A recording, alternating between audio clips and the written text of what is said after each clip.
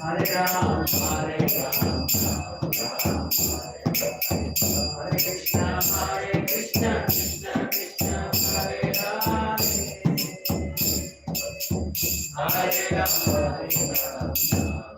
Ram,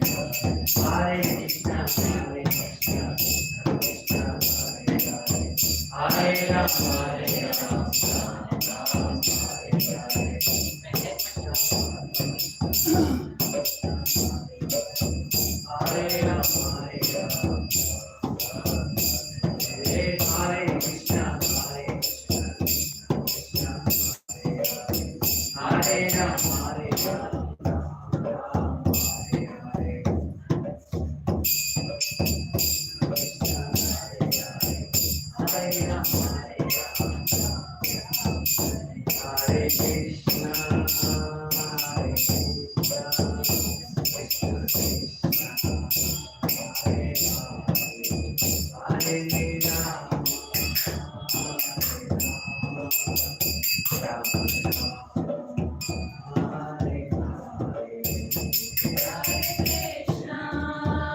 Hare Krishna, Krishna Krishna,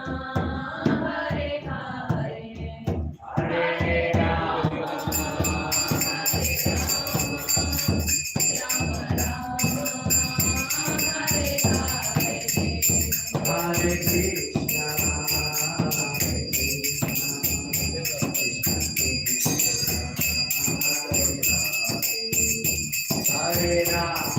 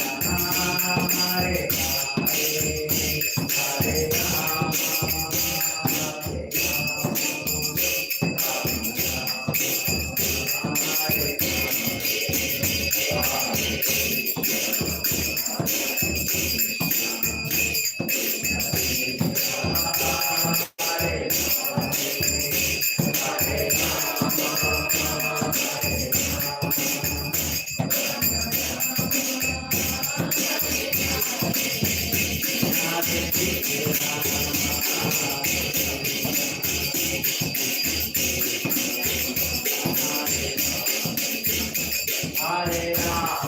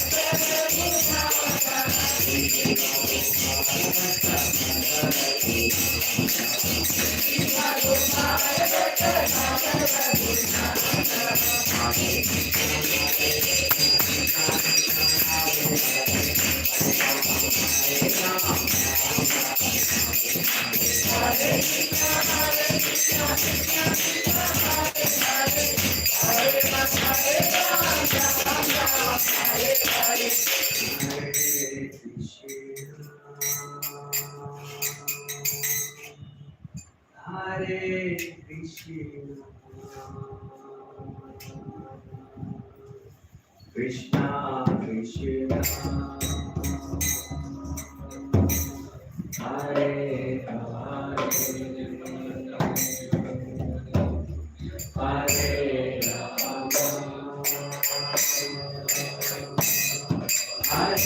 Rama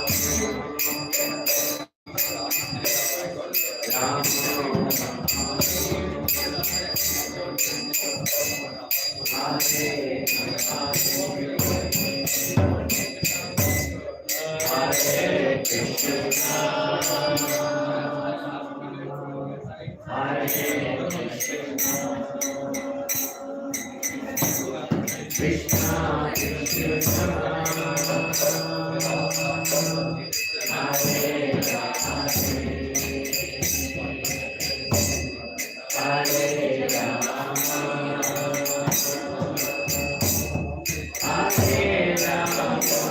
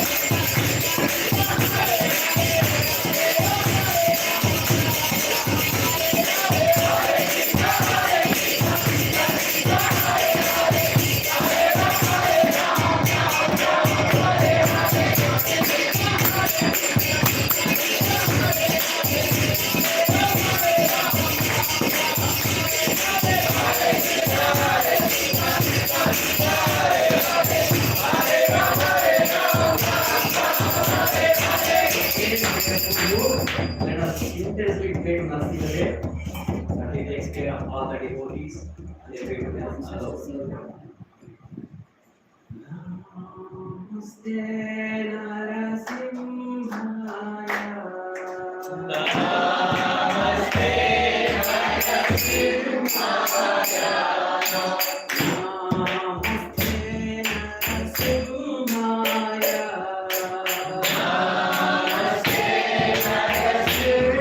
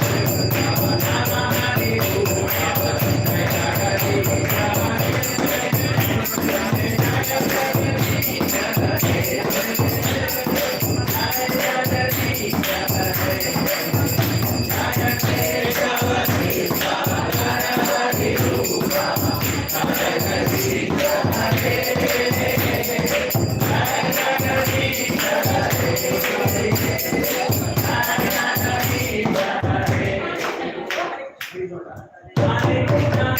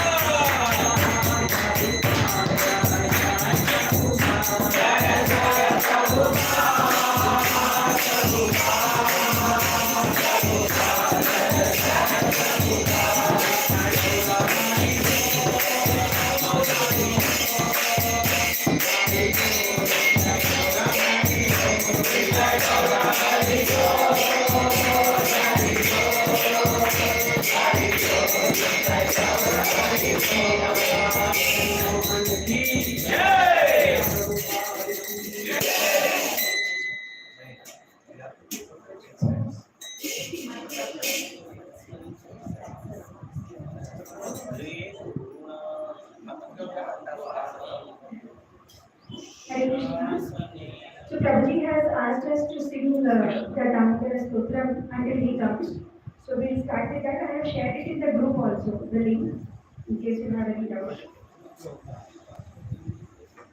Atre Kurunam Matapandavanam Atre Kurunam Matapandavanam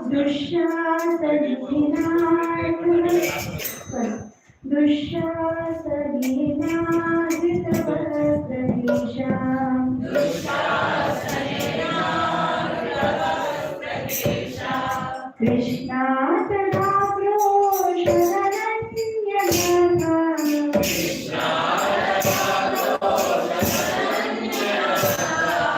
Govinda Damodara Madhaviti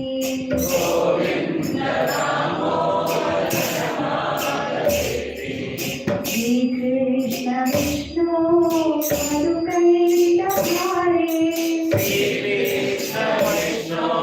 Madukaita Hare Bhaktadu Pampin Paravan Murari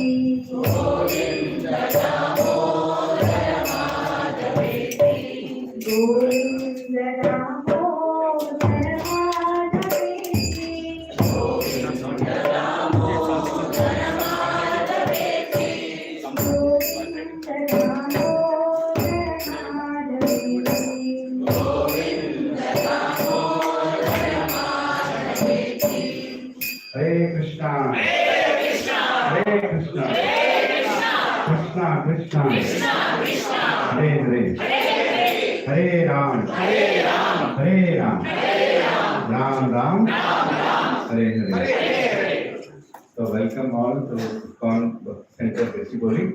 So we are here and we are very happy that this place, Chaitanya Charan Prabhu is continuing the series. Prabhuji yesterday went to a little far location. By the time he came, it took a little time. So today the lecture will go on till 10 o'clock, just extending by half an hour because we don't want to decrease the content, because of. I would like to let's welcome with this Chaitanya Charan Prabhu. Three loud Hari Bol.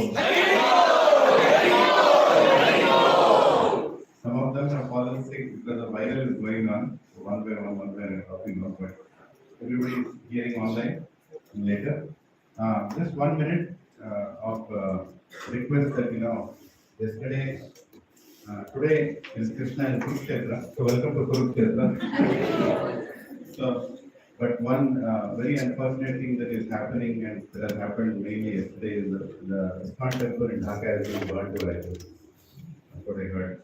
And many such things are happening. Yesterday night. It's very bad situation. 15 temples in Bangladesh have been badly attacked. 15 temples. So in fact, one of my questions today to Prabhuji, if you can believe and not at the end you can address this.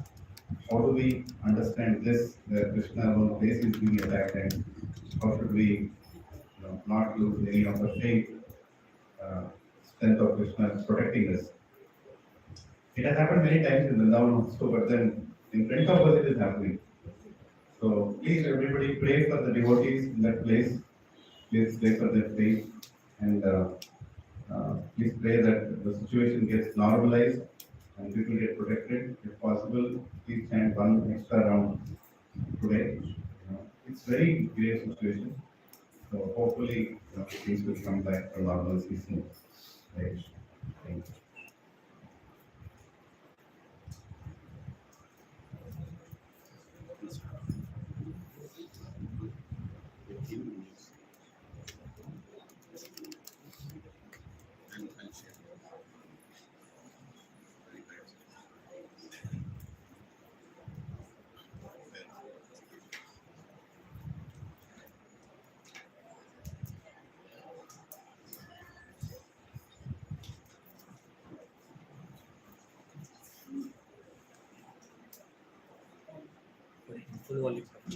Hare Krishna, Krishna Krishna, Hare Hare, Hare Rama, Hare Rama, Rama Rama, Hare Hare.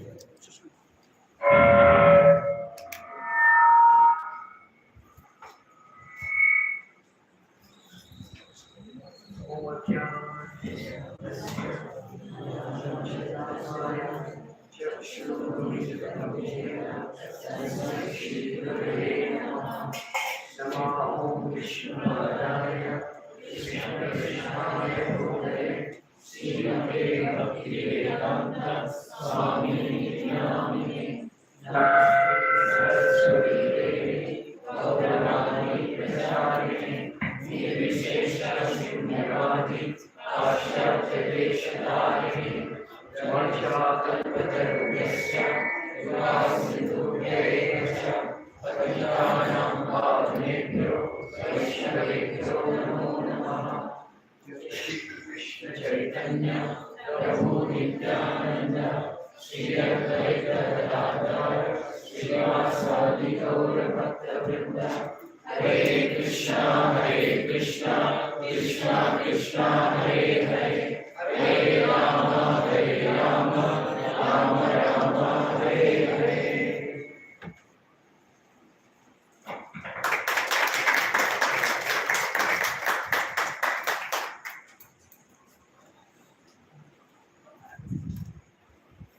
Very sorry for the delay reaching here. And I was planning to speak actually this time Mathura today, but I think Krishna Charitra is more appropriate. So we will talk about Mathura Krishna and Dwarka, but we will talk about that later, tomorrow. Now, when Krishna leaves Vrindavan to come to Mathura, in Mathura there are repeated attacks. So Krishna defeats all those attackers quite effortlessly, especially there's one person who keeps attacking again and again. Who is that? Yes. Now Krishna defeats all of them, but eventually Krishna decides that this is not a safe place to stay. And then he shifts all the way from one side of the country to the other side of the country. Like exactly what are the reasons he does that? We'll do that when we focus on Dwarka itself. However, there is always in life, there's like this tension between safety and activity. Isn't it? Like ships are safest in the dock, but ships are not meant to be in the dock. So, like that, we could have, say, you may say that if I go out of my home, there is danger. So, I'll not go out of home at all. And we tried that in the pandemic. Now, there's a lot of thought that maybe that was not the best thing to have done. I will complete lockdown. So, there is always this balance between safety and activity. Now, Krishna moves to Dwarka. Basically, he takes his whole family to Dwarka. But then, while he's in Dwarka, he doesn't stay much in Dwarka. He's constantly out of Dwarka. So Dwarka is a secluded place, and from there he can't really engage with the world. There are occasionally demons who attack Dwarka also, we'll talk about that later. So Krishna, in one sense, you could say, becomes like a traveling preacher. Not a traveling preacher, more like a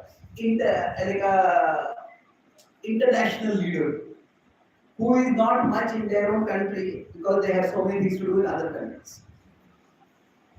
So now, what is the optimal balance between safety and activity? This same principle is applied to our sadhana and seva also. There are things which nourish us and we do for our own nourishment. And there are things which we do for the service of others, for the service of the movement, for the service of society. So we all need to balance that. So what gives us, we can say, gives us strength. That's one thing. And then what requires strength? What requires strength, but it and enables service. So this balance is always a dynamic thing. So all that Krishna is doing outside Dwarka, it culminates in the war at Kurukshetra. So we will talk about three broad things. Our focus will primarily be on the Krishna-Arjuna relationship. The Krishna-Gopi relationship we will take tomorrow, all the rest in Dwarka. The Gopis, the memory of them is there, so that all that happens in Kurukshetra only. But the memory of Krishna's relationship with the Gopis is there even when he is in Dwarka. So we'll discuss at that time. So, and the three things that I talk about is how Krishna, see, we can look at Krishna as God, and as God is omnipotent. And as God is omnipotent, he can do everything. Now that is not very helpful for us to learn anything practical in our lives. Because we are not omnipotent. So we can also look at it how Krishna is strategic in what he does. How Krishna is very intelligent in choosing the course of action in various situations so that things work out properly for the best of ultimately his devotees and his cause of establishing dharma. So we will see that even when God comes to this world, God has his omnipotence. And just like Krishna sometimes uses his omnipotence. He lives over the hill Vrindavan.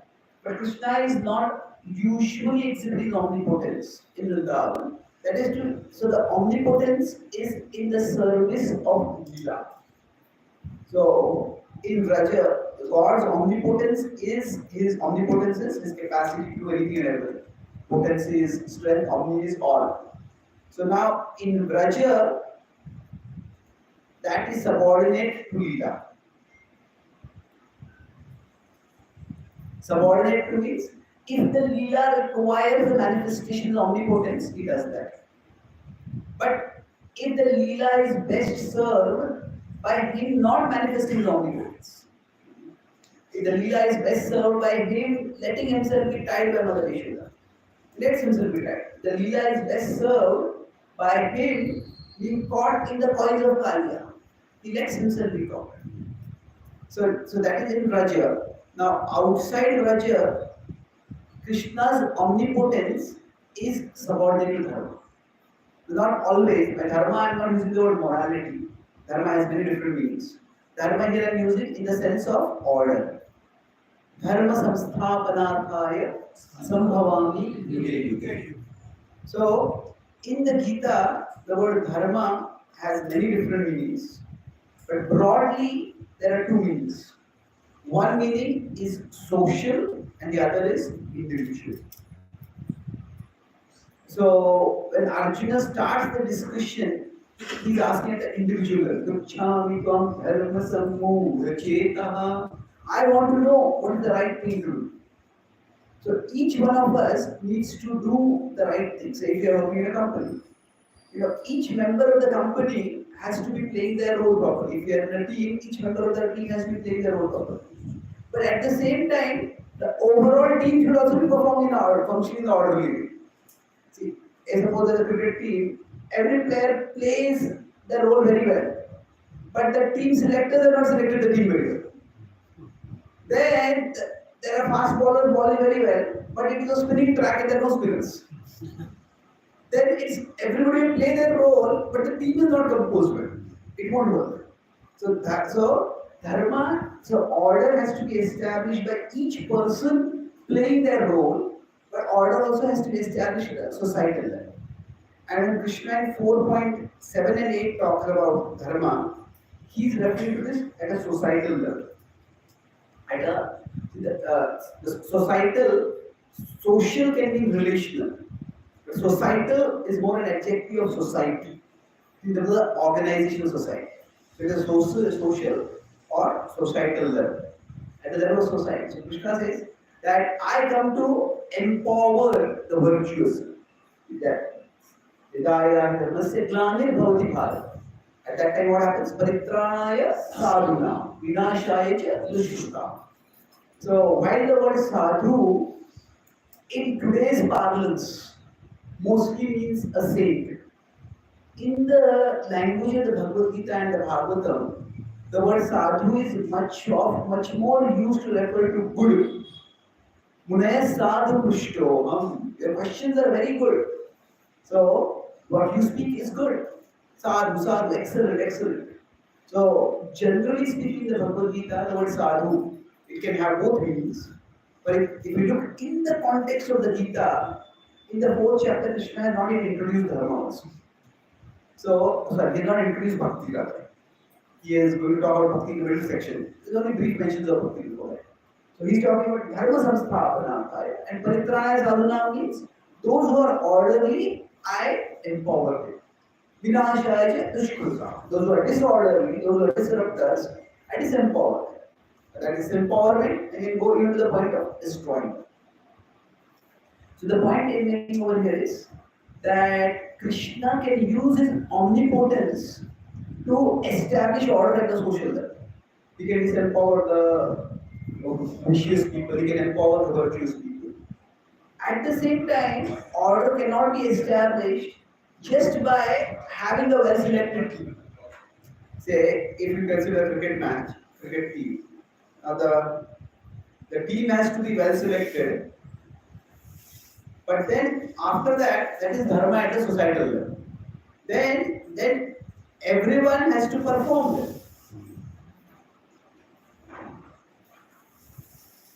After that, only things will work. So now this individuals playing their role, that cannot be forced by God. Those who don't do it can be punished. And you can say that is a kind of force. But that's not exactly the same. People will sometimes, despite being punished, you may be fired if you don't do your work, but still they don't do their work. They have to be fired. Then, so what happens is, that is a matter of individual jobs. So Krishna, he sometimes uses omnipotence to establish dharma at the social level. But at an individual level, he sometimes does not exhibit his omnipotence.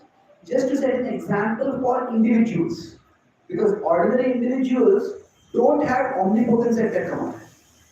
They have to navigate their challenges in a practical way. And how to do it intelligently with whatever power we have. So that means what I'm saying is, for here, God's omnipotence is shown. And here, rarely shown. Krishna has to establish dharma by both ways. So, as we look through Kurukshetra, the build-up to Kurukshetra and also what happens in Kurukshetra. So here, Krishna's mood is loving. but it is not primarily the reciprocation of love. Or you could say it is the reciprocation of love, but there is a lot of other action happening. So if we are at home and we can just be reciprocating love with our loved ones. But if somebody is on the battlefield fighting, there you may show that I care for you, I love you by fighting for protecting that person. On a battlefield, embracing and chatting and those kind of expressing love may not be done that way. In a workplace, we may show our care and concern for someone else by helping them in their need. So there's a different way in which Krishna operates in outside Vrindavan. There is loving reciprocation also, and that will come out as we discuss. But there are two different things: dharma at individual level, dharma at a societal level. And Krishna uses omnipotence, but not all the time. Now, so how does Krishna act strategically? That's what I'm going to talk about. So Krishna meets Arjuna for the first time after Draupadi Swayamvar. That is their first meeting, and during this time, relatively speaking, Arjuna is in a disempowered condition. They are princes, but they are few months hiding. This is after the Varnava fire. The Pandavas decided not to confront the Kauravas, but to just stay undercover. And now it seems that they're emerging. Arjuna has won the hand of Draupadi. But in the Mahabharata, the dynamic is there are many times when Arjuna does something spectacular, but his identity is not revealed at that time. So Drupada still doesn't know who is this person who has got the hand of my daughter. But Krishna goes to meet Pandavas. And the Pandavas are actually, they are staying in a Brahmin's house, they got a small room outside the house. And they hear somebody knocking the door, and they open the door, and they see Krishna. And Krishna is so humble. This is my brother Balaram, and I am Krishna. Krishna introduces himself. And the Pandavas are delighted, of course, everyone knows them. And then Krishna recognizes. Actually, Krishna recognizes Arjuna in the assembly itself when Arjuna comes forward to contest. So now we may wonder, how did nobody else recognize Arjuna? See, at that time there were no internet, Google photos and things like that. So it is not that easy unless you have seen a person. The painting was also common, but it is not that common. In the past, when art was also there, it was primarily sacred art. So it was art of the deities, of the devatas, of the Lord that was painted. So the idea of kings being portrayed, that was there, but generally living kings would not be portrayed so much. So that's why later on the Pandavas would also go on Ajnatavas, and it is not so easy for them to be detected. But anyway, so Krishna recognizes Arjuna at that time, and then from that point, their friendship is formed. Krishna befriends everyone, but especially Arjuna. And when that relationship is moving forward, there are many key events in that. So Krishna is helping the Pandavas in various ways. So the first thing is that when Arjuna's alliance is formed with Drupada, the Pandavas are being persecuted by Duryodhana, and they don't know whether Dhritarashtra or Bhishma or Drona will actually help them. So to stand up to the king is not easy. You may care for a person, but I care for you, but not so much that I want to get into trouble with that person. So they didn't know at this time. When the Pandavas form an alliance with Drupada, then Dhritarashtra can't neglect them. Because Drupada is also a powerful king. And he will not want his own daughter to be living in poverty or to be persecuted. So then, Dhritarashtra has an apparent fairness where he gives the Pandavas half of the kingdom. but it's fair in name only. It's like there is prasad, and the two guests who come to us, and both of them they give equal quantity prasad. See, I mean fair. But one is the prasad cooked today, the other is the prasad cooked 1 week ago. So, like that, in one sense it is the same, but in an essential sense it is not the same at all. You use half the kingdom, but the half is a barren, not a barren, it's a forest, overgrown forest. It's kind of a. And then that is the time when Krishna and Arjuna form the alliance for the first time. Friendship is formed, but alliance means it's a little more purposeful. So Krishna becomes the charioteer for Arjuna, and then they fight. And then the Khandava forest is filled with very demoniac beings. Is burned down and that is converted into a beautiful kingdom. And then after this whole thing happens, Indra is pleased. Now Indra says that the Krishna is God, ultimately God, Krishna is the God of gods also. But he's playing a human pastime. So at that time, Indra says that your power is spectacular. Although Indra is defeated, he's impressed. He says, I would like to give you some benedictions. So Arjuna asked for some celestial weapons and things like that. It's very interesting what Krishna asked for. Krishna says, let my friendship with Arjuna stay forever. This is such an amazing thing to ask for. That Krishna, who has already killed so many demons, Krishna is such a powerful, illustrious prince of Dwarka. Although the prince of Dwarka is directly the ruler of Dwarka. That person is not only seeking the friendship, that itself is a great thing. That person is actually praying for the friendship, which shows how much Krishna cares for the friendship. Now, Krishna helps the Pandavas secure the kingdom. At the same time, Krishna recognizes that the Pandavas need more alliances. Because while the Pandavas become a prosperous kingdom, but still it is Hastinapur which is the main thing. So that's where he arranges for Subhadra to get married to Arjuna. Now Subhadra is promised to the other side. So Balram is promised. Now when this is going on, actually Krishna goes even against Balram. It's just a sweet pastime how Arjuna attacks Sita. Not Arjuna, they attack her. They run away together. So it's going with Subhadra's will. But Krishna stops Subhadra. Now, at one level, because it is a transcendental pastime. But what Krishna is doing is, he's making sure that the alliance with Arjuna, that Arjuna is the Pandavas are becoming stronger through the alliance.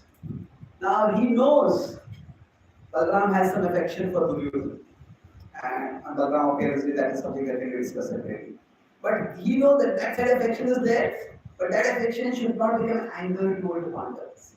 So he arranges that the powerful Dwarka kings, everybody knows that say between the Pandavas and Kauravas, eventually war is going to happen. We try to oppose it in many ways, but it is going to happen. So Krishna is preparing for that eventuality. Generally speaking, in a war or in a warlike situation, this principle is seen in what is called as the Udyoga Parva. Before the war starts, Mahabharata has 18 Parvas. So before the war starts, there is the Udyoga Parva.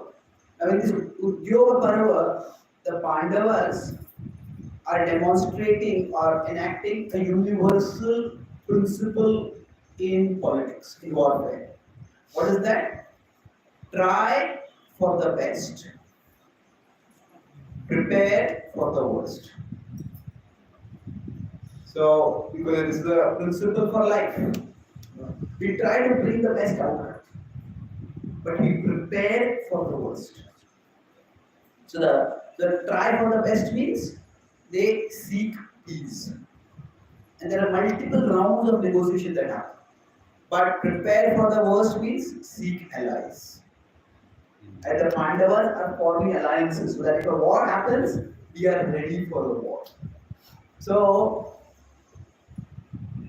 much of what has happened in Indian history, we'll talk about why that has happened, is that Indians have chosen only one side, seek peace. But there's an American president, he said that to have peace, we need to be always ready for war. We should not be at war, but we should be always ready for war. Because deterrence is a very important principle. In India, Pakistan, China had multiple wars. But ever since all three countries have acquired nuclear weapons, so there has been no all-out war. There has been cross-border terrorism and tensions and all those things are there. At least no all-out war. So deterrence has to be there. So now what Krishna, Pandavas, right from the beginning, Krishna helping the Pandavas become more and more powerful. So we will talk about this as a strategic person. Why things are going on? So Krishna in Kurukshetra, what he does is actually set in the guidance. One of the things is this, he helped the Pandavas become flourishing in the Khandava. He ensures that the Pandavas have good allies on their side. Then after that, still despite whatever happens, the war seems to be in an inevitable course. When Draupadi is dishonored, that is something unconscionable. So generally speaking, whenever any event happens, I talk about, come back to Draupadi story if you get time. But whenever any event happens, there are multiple levels of causes that led to that event. So, for example, a person is, say, right now, anything that happens to that person, that could be explained within one causal framework, that could be explained another causal framework, explained still another causal framework. So what is it? Say if I am feeling cold, right? It could be because I am sitting under the fan and the fan is too fast. It could be because I ate some cold food yesterday night. It could be because I have a respiratory tract issue. It could be because there is some germ in the environment. There could be many different causes. So now, the focus when we are facing a problem is what is the most actionable cause.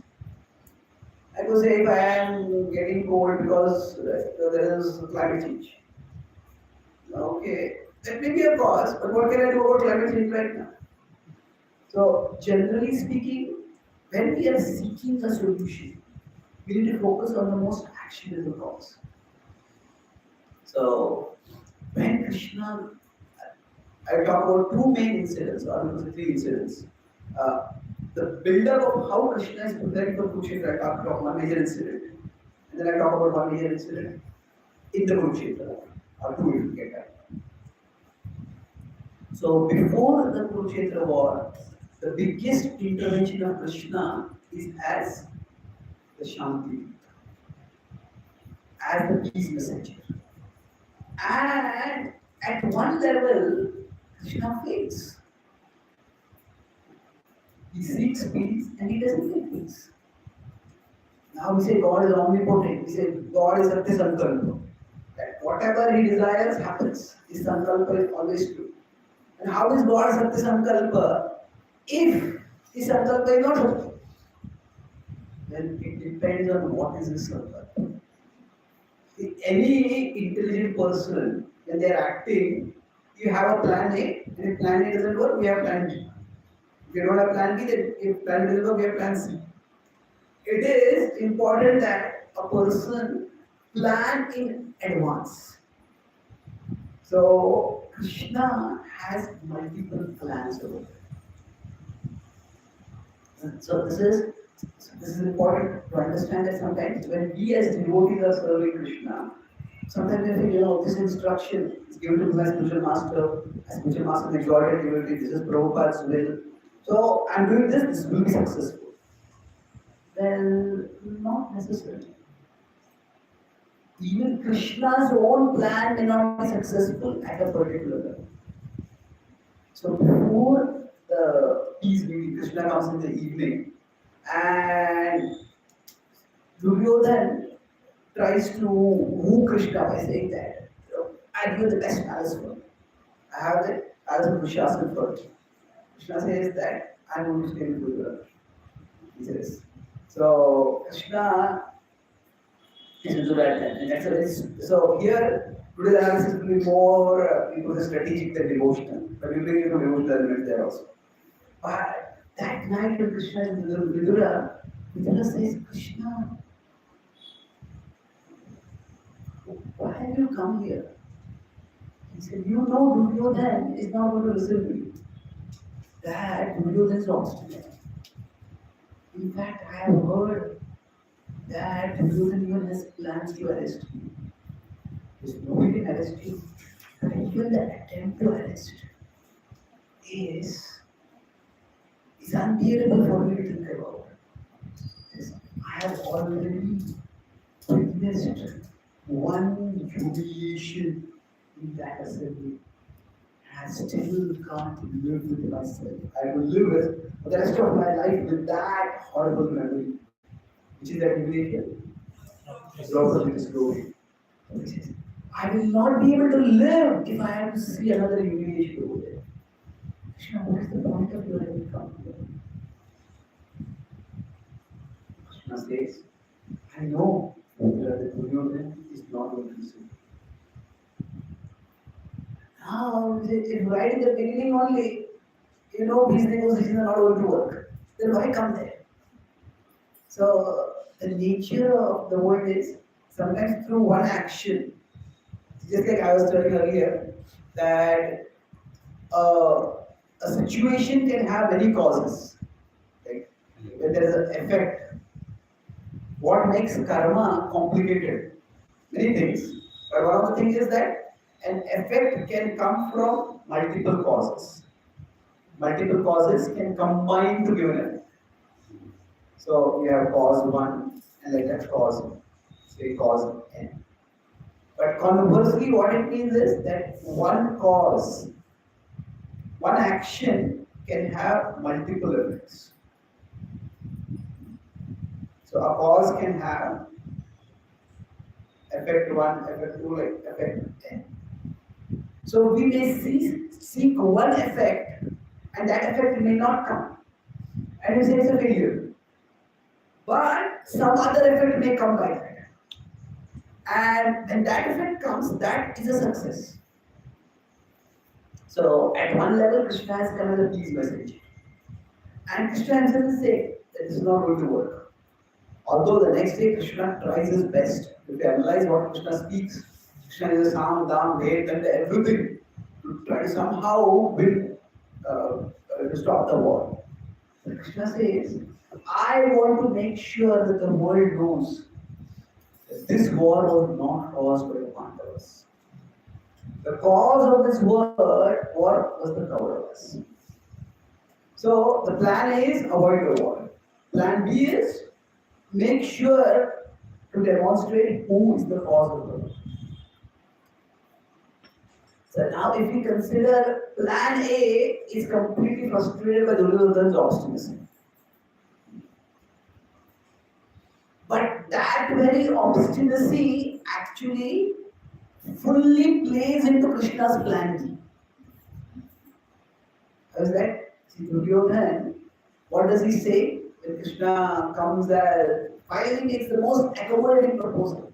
Just give 5 villages to the Pandavas. As a side point, it's interesting that Krishna asked for 5 villages, not 1 village. Since the Pandavas are 5. And although they are united like the 5 hands of a finger, 5 fingers of a hand. So, although they are united like that, still they are Kshatriyas. Kshatriyas need their space. Kshatriya needs their autonomy. Somebody who has managerial ability just cannot function if somebody is constantly tearing over their shoulder. What are you doing? What are you doing? You told me to do it, I'll get it done. Yeah.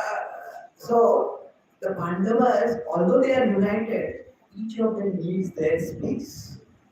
And that's why 5 villages.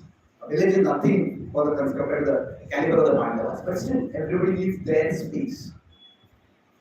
So when Duryodhana rejects this proposal, he says, I will not give you enough land to even put the tip of a needle.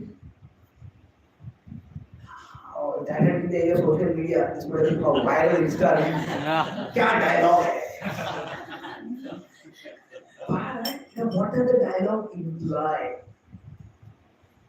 Since we invite somebody to our home for some ceremony, and that person doesn't want to come. Now, they don't want to come, so they make an excuse. They are making an excuse, we know that they are making an excuse, and they know that we know that they are making an excuse. But still, out of politeness, they are making some excuse. So suppose they say, even if I die, my dead body will never come to your ceremony. Hey, that's just not just a no to the invitation. That's like a kick in the face of the inviter. So this is Duryodhana's rejection. I'm just not going to settle for peace. And he says this, the result of this is it's going to be devastating. But on top of that, the next thing that he tries to do is arrest Krishna.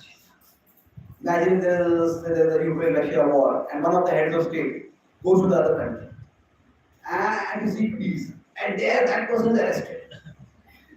The war would escalate. It would be an immediate call for war. So that's what they try to do. So by these two incidents, by his blatant rejection of the peace proposal, and by his shameless attempt to arrest Krishna, Duryodhana plays into Krishna's plan. That he makes it clear for everyone who has eyes to see that this war is not caused by the Pandavas. It is caused by the Kauravas. So that's why when one plan may be failing, another plan may be succeeding. And now in this case, Krishna in advance reveals what his plan is to Vidura. If you read the Mahabharata, we know about it. But for us in our life, many times, when one plan is failing, we may have the best intentions, we may try our best. One plan is failing, but through that, Krishna has some other plan that is good. And that plan will be succeed. So, now of course, for Krishna's second plan to be succeed also, there have to be competent human instruments. The Pandavas still had to fight a war to eventually win. But the point is that sometimes if you just look at things from one perspective, then we may think that why is this happening? What is going on? So this Gahana Karmanogati, actions have multiple results, and political situations come because of multiple causes. So when this is happening, eventually the war happens, and then Krishna provides Arjuna the wisdom of the Bhagavad. Then after that, there are many significant incidents, but let's focus on some of them. When Krishna has, rather when Abhimanyu is killed, that happened on 13th day. And then at that time, it is a terrible thing. In fact, later on the next day, and Arjuna is charging towards Jayadratha. And Arjuna seems to be ready to destroy the entire army of the Kauravas in one day. And Duryodhana starts thinking at that time,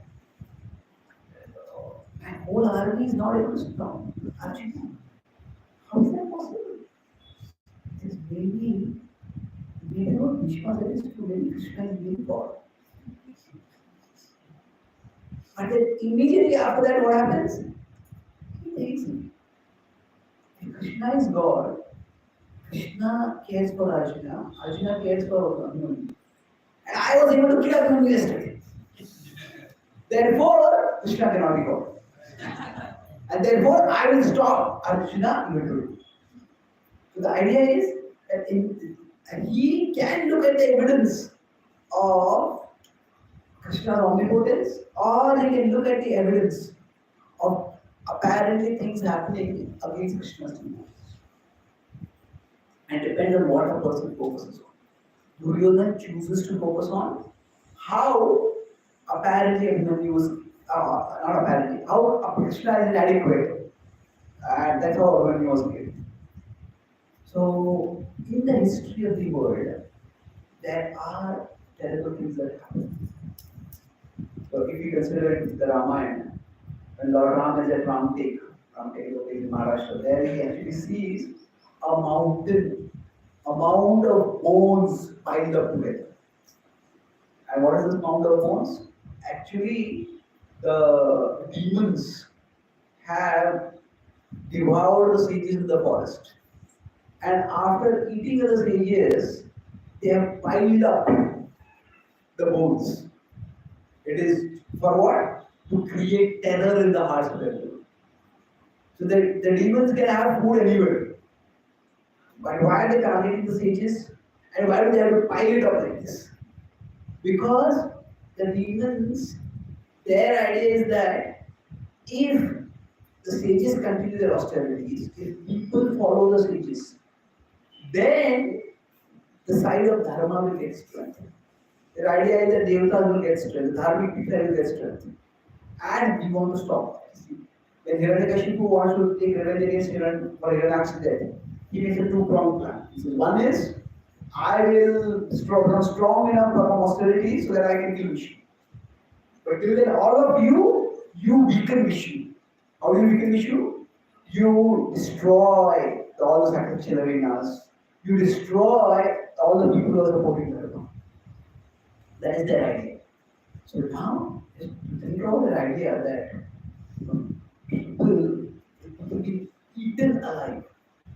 Yeah, whatever the depravities are there in society, cannibalism is almost universally condemned in today's world. But that is something that was happening. And that was happening when Lord Ram was there in the world. Like Kasari happened for quite some time before that. But even when the Lord was there, it was happening. So we say, how did the Lord allow something like this? Well, there are different levels of causes for something. The Lord will intervene, but the Lord intervenes according to His time. And when things like this happen, so we need to see the appropriate level of causation. Krishna does not act in a way where he either wants us to rely on his omnipotence constantly, nor does he himself rely on his omnipotence constantly. Like Krishna had wanted, when he showed the universal form, he could not just have shown the universal form to Duryodhana, he could have just devoured the Duryodhana. The war would have ended. If he had shown the universal form, he could have done that also. So two things, while Krishna's omnipotence is a reality, is a supreme reality, Masters.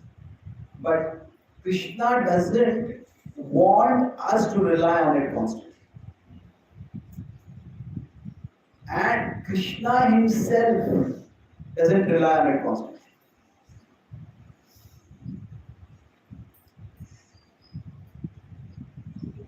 Constant. Key figure is Krishna may use it occasionally, and Krishna may use it on our behalf also occasionally. But Krishna doesn't want us to rely on it. That's why Krishna creates a system. Brahmana, Kshatriyas, and Krishna arranges for dharma. He comes to establish dharma, but then Imam Raj Rishayo he gives the spiritual knowledge to the Kshatriyas, the Raj saintly kings, so that they can continue to establish dharma in the world. So whenever something is not working out, it is important that we don't escalate the cause to God all the time. Where is God in this situation? Yes, we can definitely consider where is God in the situation. But let's look at Arjuna. Arjuna faced a very bitter loss. His own son was killed. Now when his, are you able to hear me? Yes. Now when his son is killed, he just breaks down completely. Initially, as a parent, our foremost duty, our nature, is to protect our children. And Arjuna's, he becomes riddled at one level by guilt. He said, what was I doing? Seeking my own glory? And I was not there for my own son to protect him. He says, when Abhimanyu was overpowered and outnumbered, he must have called out to me for help. Why was I not there at that time? So what had happened was the Kauravas had planned deceptively. Susharma was a very powerful king, a huge army. And they had got Susharma to challenge Arjuna. And in that challenge, Susharma led Arjuna further and further away from battle. And he went on one side, and then after that the Kauravas reformed their military formation and they revealed Chakravarti. So it's not at the start of the day. So Arjuna had no idea Chakravarti was being formed. Now on the previous 2 days, also the same, Drona became the commander of the 11th day, after Bhishma fell. So Drona promised Duryodhana that I will arrest Yudhishthira alive and bring you. And 11th and 12th days, both they did try, especially the 12th day came very close. But on both days, Arjuna intervened. Arjuna was trying to divert him on both times. On both times, Arjuna came. So, and Arjuna stopped him. So, on this day, the Kauravas decided that we will very intentionally plan to divert Arjuna. And they were having other warriors fight, but it was not a strategic plan of 11 and 12 days. But 13th day, they made a strategic plan. And on one side, Arjuna felt guilty. No, I should have sensed that something fishy is happening. On 2 days, I had to come and save Yudhishthira in the nick of time. So I should have thought something like that has happened today also. I can believe it. But I got caught in fighting against these Susharma soldiers, and I was not there. So, is that a cause of our news there? You can say. Arjuna could beat himself for that. Then Arjuna after that turned around the world. He was devastated. When bad things happen, we have to somehow make sense. And one way to make sense is to try to find someone responsible for it. Then he lashes out at his brothers, especially at Bhima and Yudhishthira. Are all your weapons just mere ornaments? Could not one of you protect my son? Shame on all of you! So, the Pandavas were flashed by Arjuna's words. Then he turns towards Krishna. He says, Krishna, you must have known what is happening. At least you would have told me. At this point, what is Krishna? Krishna pulls Arjuna aside. And Krishna tells Arjuna, oh Partha, in this world, bad things happen to everyone, the wise and the unwise. The difference between the two is not in what happens to them, but in how they respond.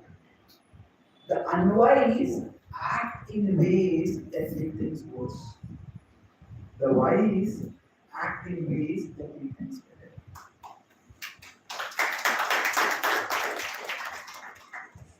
Now, what does this mean that?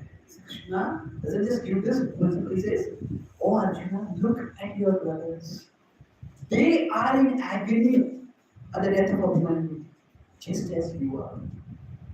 Please don't speak words that will increase their pain. So, Abhimanyu's death, was that due to, could it be said that Arjuna was responsible for that? In one sense, yes, Arjuna was not there to protect Arjuna. Could it be said that Bhima and Yudhishthira were responsible for that? Well, yes, they had told Arjuna to go, Abhimanyu to go to Chakravyuh. And they had gone to Chakravyuh. Their plan was that after he goes in, they will follow. But they hadn't been able to stick to it because Jayadratha had it. Now, was Krishna responsible? Could Krishna have told Arjuna that this is what is happening, go there? Well, you could go into that. But the point is, when we face a problem, there can be many causes that we can single out as the cause of the problem. Now sometimes the cause that we focus on can actually make things worse. If Arjuna starts blaming his brothers and he starts despising his brothers, he starts criticizing his brothers, all that is going to do is that it's only going to create a rift among the Pandavas. And one of the biggest strengths of the Pandavas is their unity. So, which cause to focus on? There could be many causes. We could zero in on. Which cause to focus on? We need to focus on the cause that is actionable. Actionable means that will lead to constructive change. We could say that we could focus on any cause and focus on a particular cause at that particular time. By focusing on that cause, what is happening? Are we able to solve the problem? Are we not able to solve the problem? Are we making the problem worse? Are we making the problem better? So that is important. Now, does that mean other causes are not as important? Well, yes, they could be important. But at that point, that's not the most important to focus. So when we say that our response to a mistake can either make the mistake worse, or sometimes our response to a mistake is a bigger mistake. So what does that mean? That means we start focusing on the cause that is not really helpful. So now, which cause does? So it's like going back to this particular. There's a event that has happened. Now, when the event has happened, we could place it in multiple causal frameworks. And we could say the ultimate causal framework is that it is God's will. It doesn't even have to be God's will. But we don't have to place everything immediately in that causal framework. So, depending on which causal framework means, okay, this was caused by this. How do we fix this? So, we have to find out which causal framework will fit this in now. The battery is gone. Can we decrease the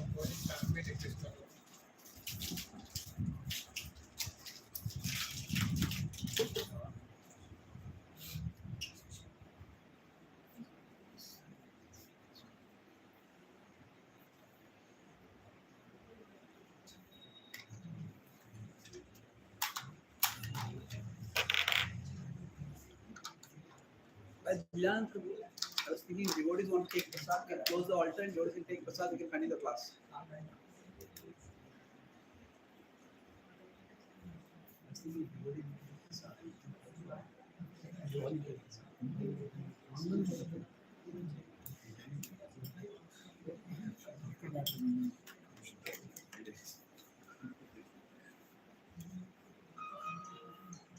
Hare Krishna, Krishna Krishna, Hare Rama, Ram Rama, Hare Hare.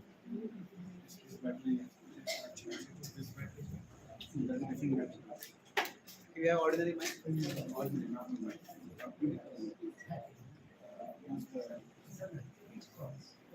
Sorry. I think this let's go.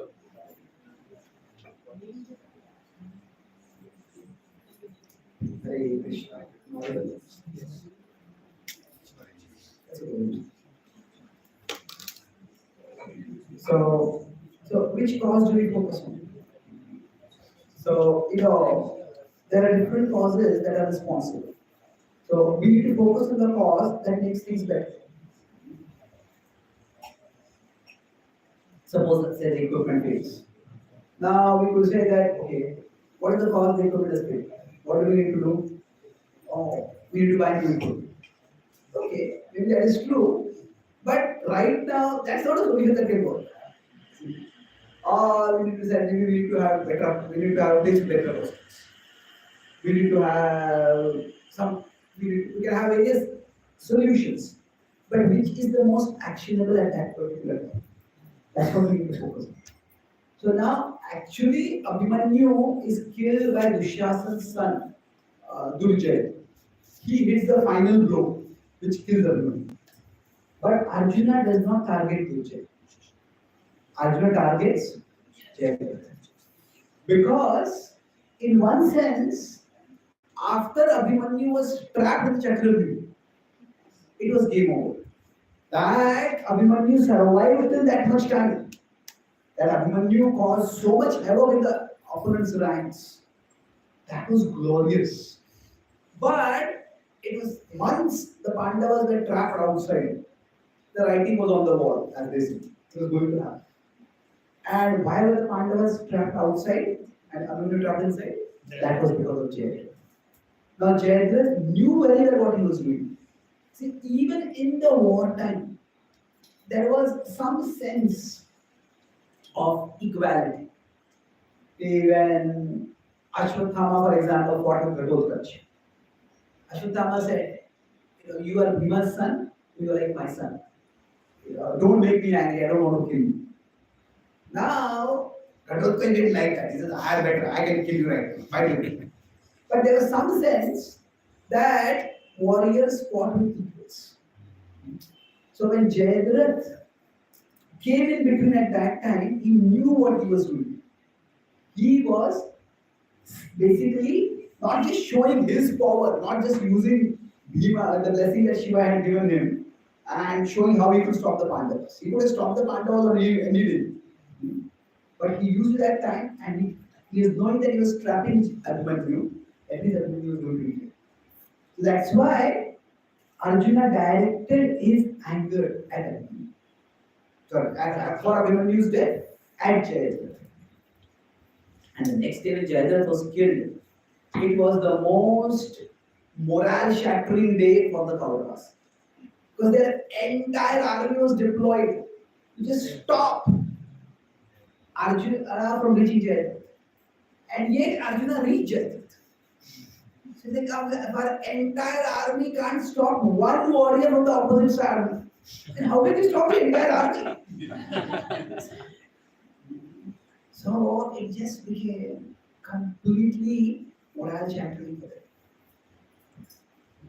So it's like in a cricket match, one batsman who's a very good batsman, the opposite just plan the entire thing to get him out.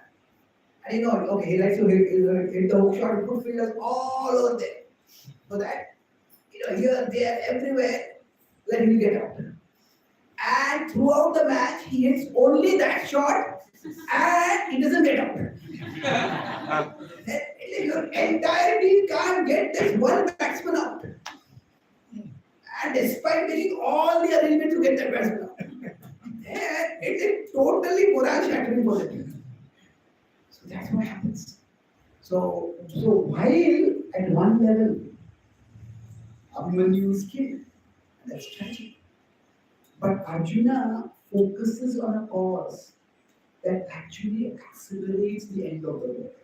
Now we know the war ended in 18 days. But at that time, how long the war would go, nobody knew.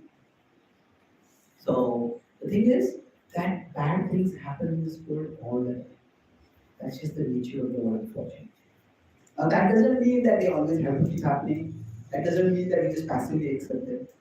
It means that when a bad thing happens, we find out the cause that is actioned and focus on that cause. So Krishna's omnipotence is there. But even with Krishna's omnipotence, Abhimanyu is still killed. Now we could say Krishna used his omnipotence the next day to cover the sun, so that Arjuna could kill Jayadratha. But even then, we see what did Krishna do? Krishna helped Arjuna to kill Jayadratha. But you could say it is Krishna, or rather, it is Arjuna had tried his fullest throughout the day. And Arjuna came very, very close to Jayadratha. You could actually see the standard of Jayadratha. You could see the chariot of Jayadratha. Jayadratha was cowering behind, hiding. He did not be seen. You could see that, and that time, multiple Kauravas. In fact, Abhimanyu was attacked by 6 Kauravas. Kaurava generals, Arjuna was attacked by 8 of them. And Arjuna just couldn't move forward. There's so many arrows coming towards him that he could barely see anything. He would move forward. Attack Jayadratha. Because at that time, Krishna intervened. So when Arjuna had done everything he could, then Krishna did what Arjuna could. So when we do everything that we can, then God will do what we can't. But that is also according to his plan. On the 13th day, Krishna would have done something and saved Arjuna. Krishna did not. On the 14th day, he did something spectacular and he saved Arjuna. Now he saved Arjuna, he helped Arjuna gain glory. In the Ramayana, Lord Ram could have done something and saved Jatayu also. Maybe Ram could have come back in time and Jatayu would have been saved and Ram could have done something. Lord Ram empowered Hanuman. Hanuman went right into the Lanka, into Lanka and came out not only just surviving, but spectacularly successful, setting Lanka on fire. So in one sense, Abhimanyu and Jatayu situation is very similar. Arjuna and Hanuman's situation is very similar. Arjuna went into the Kaurav army and killed Jayadratha. Hanuman went right into the Lanka fortification, and burnt Lanka. So why did Krishna not only protect but empower one person? Apparently not. So how Krishna works, that is something we can't figure out. But what we can figure out is in this situation, what has happened and what can we do about it. So devotees as a matter of functioning in the world, it's not that devotees rely on Krishna's omnipotence all the time. See, when Prabhupada started the temple in Vrindavan, nowadays there's devotees want to build big temples. And you have a small congregation and you want to build a huge, maybe 100 crore temple, 200 crore temple or something like that. How are you going to do it? Have faith in Krishna. Well, faith in Krishna should not become the excuse for not using our intentions. When Prabhupada started the Vrindavan temple, Prabhupada knew, at least at that time, in Vrindavan there's not always no preaching we can do. It's not that we are going to build a congregation in Vrindavan, that they will support us. And even if we want donations, there are already so many more established temples. So how much donations we will get, we don't know. So who has more faith in Krishna than Prabhupada? Prabhupada all alone at the age of 70 went to America. So Prabhupada was not lacking in faith in Krishna. But just because he was having faith, does not mean that he was not using his intelligence. So right in the beginning, when Prabhupada built Vrindavan temple, he started by building a guest house. He said we should have a good quality guest house, and not just for like dharmashalas for people who are already religious wanting to come, but people who are well-to-do. We want them to come, and we will have a good quality, like a hotel level kind of residence for them. And that will be the source of revenue. So Prabhupada was practical. It is said that about Prabhupada, his head was in the sky, but his feet were firmly on the ground. So sometimes what happens for some people, their feet are on the ground and the head is also on the ground. Then we don't have any big picture, we don't have any vision. Some people, their head is in the sky and their feet are also in the sky. So they are just dreaming things without considering anything realistic. So we need to be both visionary and realistic. So Prabhupada had faith in Krishna, but the steps that Prabhupada took one by one, they were very well thought out steps. Some steps worked, some steps didn't work. And when some steps did work, Prabhupada was very candid. Okay, this is not working, let's step backwards. At one time, Prabhupada started a political party. In God we trust. That was the name of the party. And Prabhupada told that you want to, being a politician, you have one advantage. You can criticize anyone as much as you want. So he started a political party, and one disciple, he told Balwant Prabhu, and I think a couple of times, he said, you can become the next president of America. Prabhupada said. And then, after some time, Balwant Prabhu came to Prabhupada, Prabhupada, I am no longer enthusiastic about the political party. Prabhupada said, yes, I am enthusiastic, but don't ask me for any money. Prabhupada was quite, Prabhupada was usually about party. But he soon realized that the amount of funding required to actually run a political campaign, that was enormous. And Prabhupada decided the funds that we have, they are much better used to print books and build temples and do direct Krishna conscious activities. Then get into politics. So he said, this is the desire that I have, but we are not going to use the funds we have for this. Prabhupada said, this is not the time for doing this better. So your point is that Prabhupada was ambitious, Prabhupada had a great vision, but Prabhupada was also realistic. What is the priority that is known for us? So, when something like this happens, that say we're talking, come to conclude this point of Bangladesh, that when something like this happens, this is heartbreaking for us. It's actually agitating for us in this. There are multiple levels. I mean, thinking from a talking that over the last 2-3 days. At a psychological level, I found 3 distinct things. One is our faith in Krishna itself and Jiva. If Krishna really exists, how can Krishna like something like this happen to us? Another is feel it in Jiva. That is something like that has happened to someone else, will that happen to us too? So that can also charge us. And third is that why aren't we doing anything about it? We could be as an individual, we as an institution, we as a community. So we could there are many other causes for this. But at least among the devotee community that I am talking, there are these 3 broad levels. Will I be in danger tomorrow? Why are we also passive and don't know anything about it? And where is God now this? So now I'll just, if you look at the time of the Pandavas also, they were Lord Ram also. Terrible things were happening at that time. That's the unfortunate nature of the world. And when I say the nature of the world, what am I doing over here? See, I am ascribing a particular cause. Why does this happen? It's the nature of the world. Now, just because it's the nature of the world does not mean that we let it happen all the time. Does not mean that we just stay passive. It's that we need to understand. Say, for example, some places an earthquake occurs. And say in Japan, an earthquake occurs. And Japan is an earthquake place. They say earthquake, that's the nature of the place. But just because of the nature of the place doesn't mean people have to keep back. So there they have developed technology by which the houses collapse. The houses are made in such a way that people don't get crushed under it. People are trained how to respond to it. We can do something about it. But when you say this is the nature of the place that earthquakes occur, that means that we cannot become so agitated by it that we become disoriented by language. These things happen in the world. So such things happen, and atrocities do happen.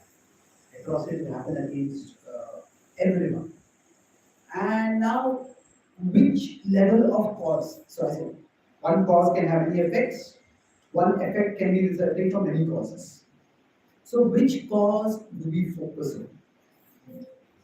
So if we consider at one level, we could say this is just religious fanaticism. And this religion is a terrible, XYZ religion is a terrible religion, and that religion is the cause of all problems in the world, and this. We could gravitate on that one cause. And then there is nowadays political correctness, where that particular cause is not even mentioned at all. Like terrorism is separated completely from there in the name of political correctness, that name also is not mentioned. So we could say that this is not the cause at all. So people say, okay, there are people who are poor and people that are poor, they get radicalized because they have no sort of chance of prospects in their life. They get radicalized, they become terrorists, and they do terrible things.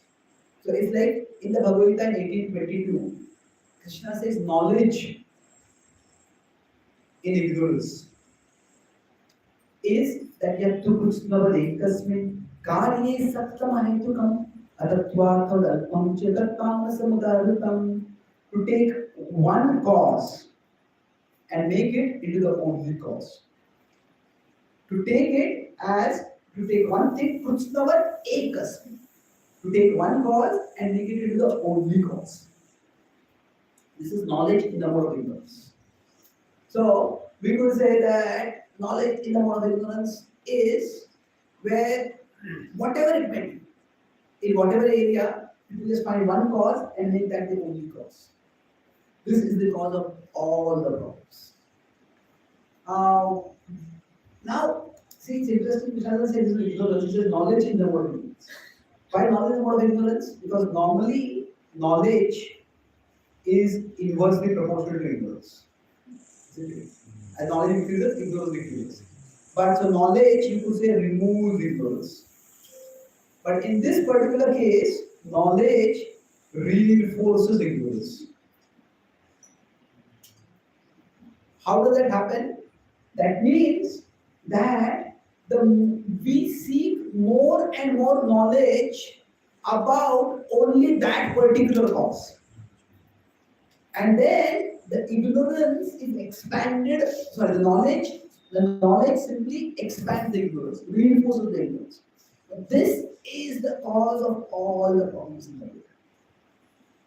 So, if we consider, there are people who believe there's a literati who's behind the world.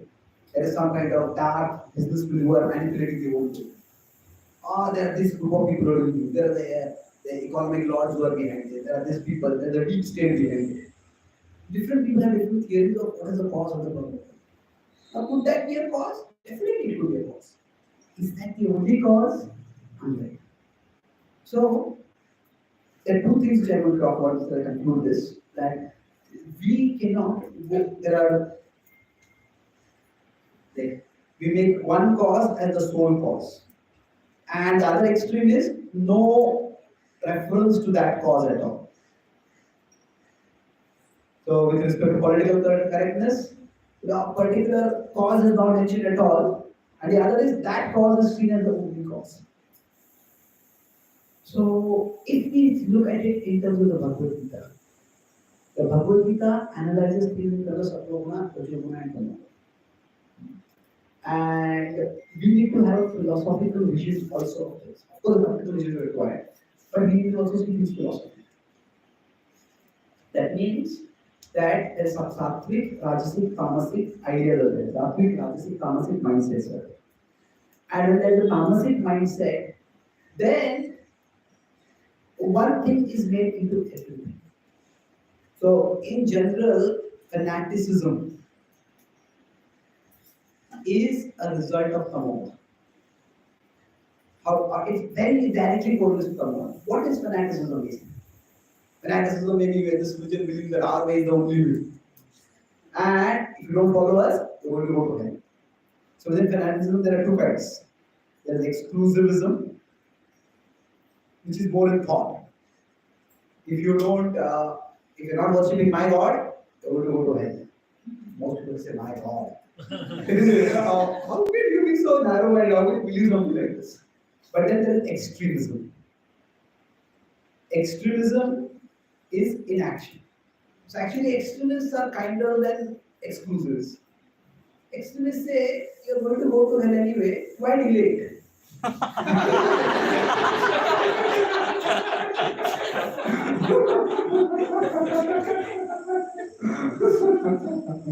So, now, again what is happening is, one thing is taken in and one thing is made in.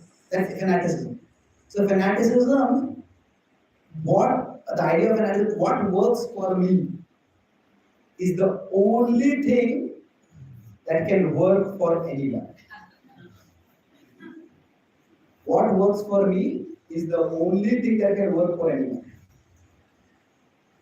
If worshipping this particular God, following this particular religion, or doing this particular kind of ritual, this is the thing that works for me. This is the only thing that can work for everyone. And anybody who's doing anything else is not only wrong, it's evil.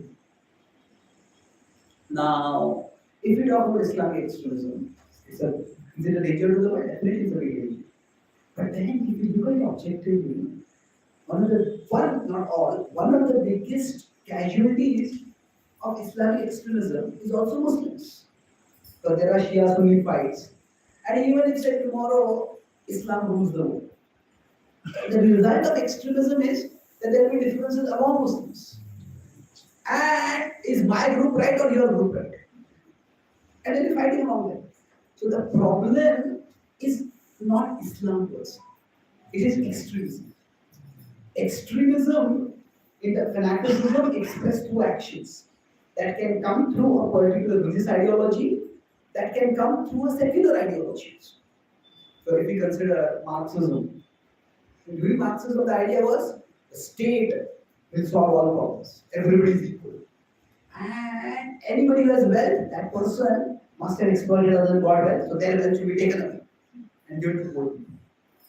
And just in most people don't know about this, actually in the two red states, that is China and Russia, USSR, from 1970 to around 1989 before USSR ended. Within that two countries only 100 million people were killed. Without any war, the government itself killed anybody who was suspected. And there were wars among those people. So Hitler was not a religious person. His Nazi ideology was what? That we are the best in the world. We are meant to rule the world. And then that led to extremism. So now can extremism come through any ideology? It's possible. Now, is it that some ideologies are more likely to cause extremism than others? That's also possible. And if those ideologies are there, we have to be careful about the ideologies. The world has to be careful about the ideologies. But we need to recognize that it is extremism which arises from tamoguna. That is the cause. Now, if that comes from particular pathways, those pathways need to be addressed. But if you fixate too much on those pathways, then that is not healthy. In the Bhagavad Gita, Krishna not even once mentions the Kauravas, and that, especially the Kauravas' atrocities. In Krishna's personal that he simply to get Arjuna to fight. He could have said, don't you remember what they did to Draupadi? Don't you remember how helpless you felt when Draupadi was in this robe? Don't you remember? Can't you remember the tears in Draupadi's eyes as she was being humiliated? This is your opportunity to get back at them. Destroy them right now. Krishna didn't have to speak any philosophy. That would have been enough to make Arjuna's blood boil. And Arjuna would have attacked and destroyed him. But Krishna did not do that. Because Krishna wanted to give timeless principles for them, not just circumstantial reasons for them. So, now, was that a cause? Of course, that was a cause. The Kauravas were atrocious and the Kauravas needed to be punished. But in the Bhagavad Gita, Krishna was not focused on that. So that means, all that I'm saying, I try to conclude now, that I started by saying that when bad things happen, there can be multiple causes. And we need to find out the cause the cause by focusing on which we can do something about it. So what can we do about it in this situation? Like I started about there being dharma at a societal level, dharma at an individual level. So dharma at a societal level is at a basic level, we as devotees, especially in our high priority, in our important temples, we need more security. It's just a practical need. So right now there are devotees who are seriously working to now increase the security in our TODP much more. So it's a prime project and it's very close to the border and there is a lot of possible danger over it. So we need to increase security. So that is at a societal level, that is being worked on. Now apart from that, at a societal level, we need to increase our influence, what they call as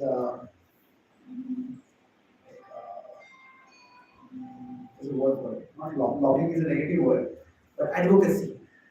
That each religion or each group has its own interests, and those groups they advocate their interests. So if you see our movement 5 or 10 years ago, we were quite elitist. Elitist in the sense that we are Krishna conscious, we would say we are not Hindus, we are transcendental, and you would criticize everyone. Now also some devotees do that, unfortunately. But that has decreased substantially. See, we may say we are not Hindus, and there is some truth to that at a paramarthic level. But there is a paramarthic level and there is a vyavaharik level. See, when I go to America, one of the main things I speak is that we are not the body of the soul. But when the American immigration said, you are from which country? I'm a soul, I'm not from the country. I can't say that. The English problem is my sole goal is to get out of my country. So there is a time when we have to operate at the vyavaharik level. So there is a vyavaharik and there is a paramarthic.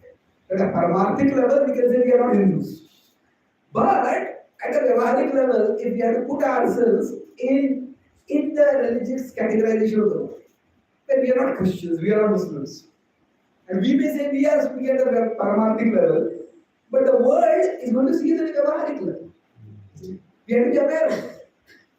So we need to work with other groups as to have more advocacy.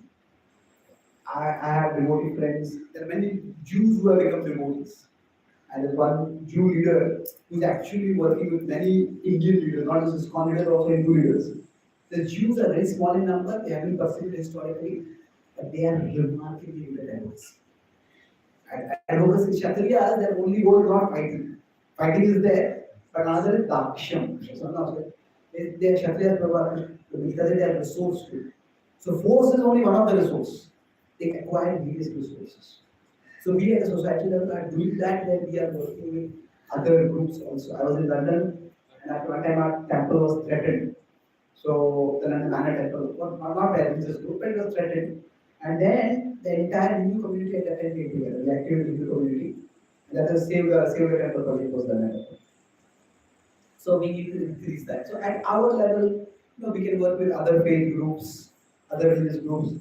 What ways we can work, that's up to the time phase process to decide that. But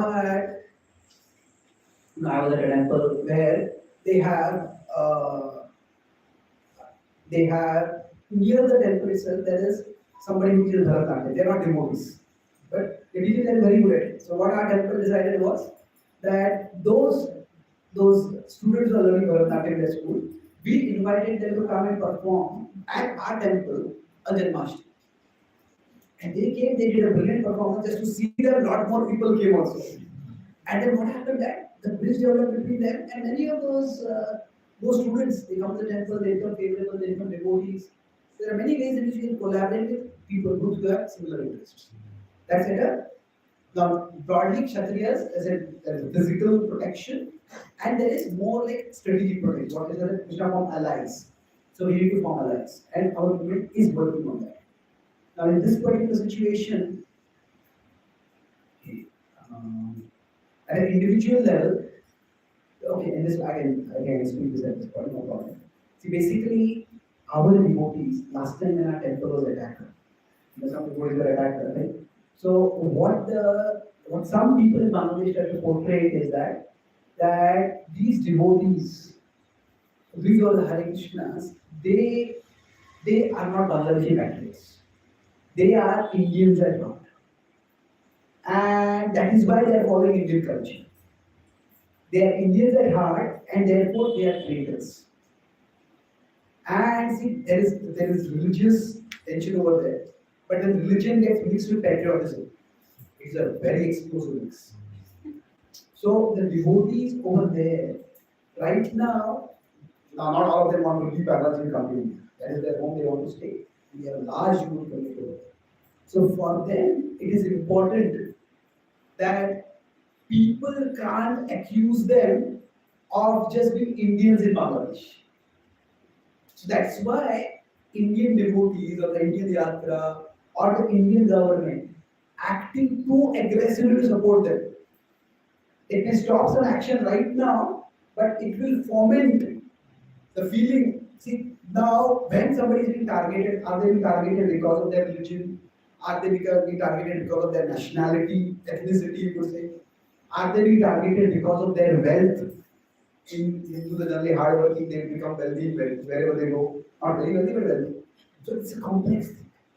And now we could say, for us it's obvious, this is this. But maybe it is not. There are devotees at the ground level over there, and complexities are going on. There's rioting, just there's a complete breakdown of law and order. And there's a lot of, not just targeted rioting with minorities, they were definitely there. But it was just indiscriminate plundering of everyone was there. So for us at this level, we can fixate on one cause, and that may actually be counterproductive at the ground level. So at an individual level, what can we do? See, if those who have Kshatriya energy, now everybody will say, I have Kshatriya inside me. But that Kshatriya comes out only till there is no actual fight to do.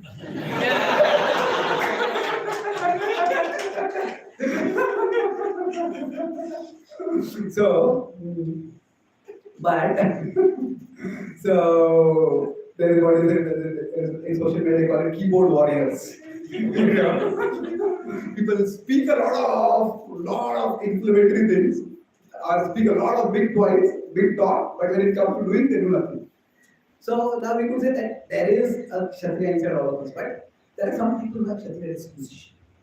If they have those dispositions, then it is important that they be facilitated and encouraged. Not that, oh, this is just mundane activity. They need to be facilitated and encouraged to move in that direction. If that is their God-given gift, then that is what they need to focus on.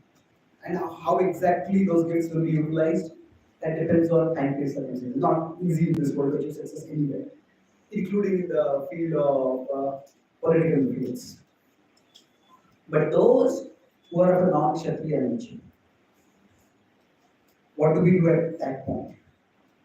So we understand that we all are parts of a bigger reality, and we have our part to play. So whatever Loka Sangra, we play our part, and if we are playing our part, there are others who will play their parts. If we get too agitated, even in the army, there are soldiers who are fighting, but then there are those who are cooking for the soldiers, those who are carrying the food stuff, those who are doing all the logistical arrangement. But they may not be fighting, but their role is also important. So there is a big plan, and we all have our roles to do. If we get too agitated, we won't be able to play our roles, and anyway, we are not playing some other role. So all that happens is we just get agitated. So we need to play our part properly. And if you feel this is not my part, I have to play some other part, that's something which should be discussed. Otherwise, we focus on doing our part and know that there is a higher plan. Not just at the institutional level, ultimately at Krishna level, Krishna is working. So all is happening. The world has dark times, far darker than what we have right now. But among the various places, if you consider Iran, Iraq, they had their own Mesopotamian civilizations. They were destroyed, Assyrian civilizations. But the Vedic civilization has survived through living attacks. It has a remarkable resilience. It will survive and can play our part. So Krishna at Kurukshetra was not just showing his omnipotence. Krishna at Kurukshetra was using strategy. Strategy means find out which cause is what we can deal with right now and focus on dealing with that cause. So to summarize what we discussed, I talked about 4 main points. First, I started talking about when we are in Krishna's omnipotence. Krishna uses his omnipotence himself sometimes, but he doesn't want, for others also he uses it sometimes. Others means, for Arjuna's service he uses it sometimes. But Krishna doesn't want us to rely on it. Krishna wants individuals. So his omnipotence is for societal dharma. But he wants individuals also to do their dharma. And he can't immediately jump to Krishna's omnipotence. And then we discussed about Dahana Karmanavati, is that one action can have multiple results. And conversely, one result may be coming from multiple causes. So we need to look at which is the most constructive analysis. Krishna tells Arjuna that the wise, they act in such a way to make things better. So which cause to focus on? Which action, conversely, which action to take, which action to pursue. So we see that Krishna's plan himself, I discussed about Krishna's peace mission. It failed at one level, but it succeeded at another level. So there was success at another level. That is demonstrated who is the actual cause of the work. So similarly for us, we need to see that Krishna's plan was there with Abhimanyu, Krishna's plan was there with Arjuna, Krishna's plan was there with Jatayu, with Ram. So how Krishna intervenes when? In the scripture itself, there is multiple ways in which Krishna interacts. So we don't lose our faith just because Krishna is not working, because some other plan will work.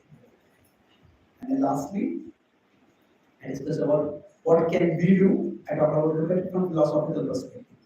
The enemy is not a particular ideology or religion. Enemy is tamoguna. Tamoguna, which leads to extremism. This is the only cause of the problem. This is the only action that will solve the problem. Either ways. Let's say multiple causes. If you are not doing what I am doing, then you deserve to be destroyed. So Tamoguna is the other problem. Tamoguna can come through religious ideologies, it can come through secular ideologies. Whichever way it comes. There is Tamoguna that has to be countered. And when Tamoguna is coming out, how do we counter it? There is at a social level, a societal dharma is there, and individual dharma is there. So individual dharma is, if we have Kshatriya Varna, we acknowledge that and we act accordingly.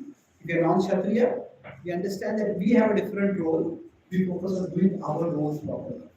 At a societal level, we need to create more elements for security, and we need to do more advocacy, whereby we are actually, there will be not only just physical arrangements for protection, but there will be other groups that we are alive who will come to our help in such times. It is a very grave situation, and there are no pat answers.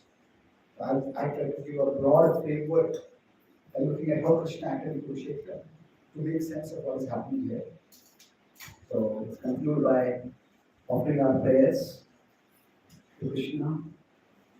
Krishna, the devotees in Bangladesh as well as the broad followers of Sanatana Dharma are in a great danger, and we do not know what your plan is. But please protect them, and please guide us like we can play our parts, helping them and preparing ourselves for whatever dangers may come upon us in this danger-filled world.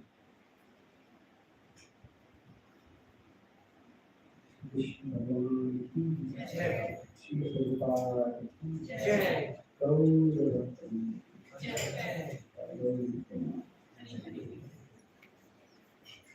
Let us thank His Grace Chaitanya Charan Prabhu with clear and enthusiastic Hari Bol.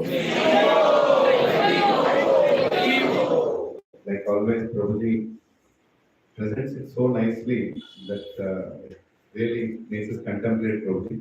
In fact, the SSR session that we do here, 12 session SSR, without any hesitation, 50 plus or even 60% content is from your points that we have grabbed and we put it in different slides in all those 12 sessions. And I think this explanation that you told about cause and effects is very important because often we get emotionally we react on it.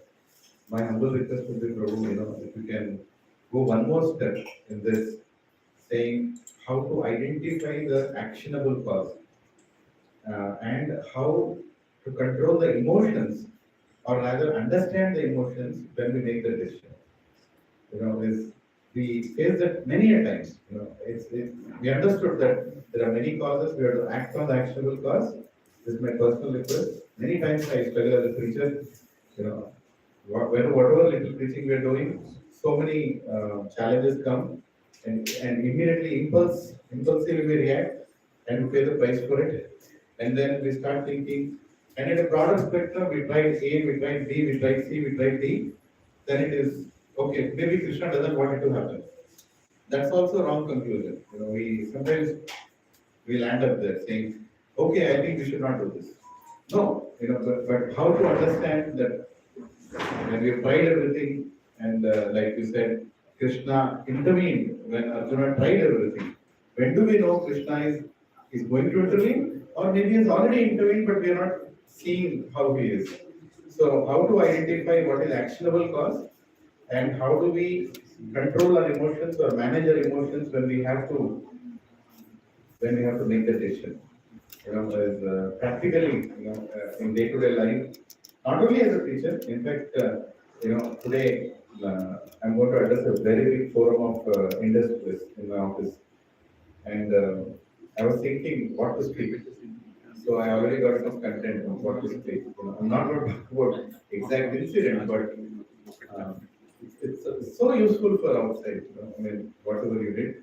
And Prabhuji Mataji is, I'm not saying this Prabhuji is here, but do we know how fortunate we are that we are in person attending this here? That's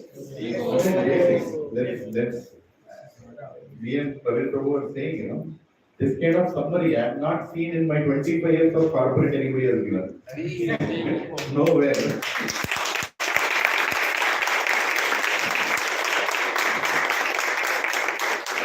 We're very grateful to Himalayan Dev A.C. Bhaktivedanta Swami Srila Prabhupada. We're really grateful to all the Guru Varga, and we're really grateful to Radhesham Prabhu, who has asked Prabhuji to come to Hyderabad. And we're very grateful to Prabhuji that a lot of inconvenience that Prabhuji is accommodating, tolerating all of us, and just continuing to give these classes. You want to say something, Prabhuji? Can somebody pass on this mic? Yeah. So let us thank this Chaitanya Charan Prabhuji. 3 loud. Hari Bo.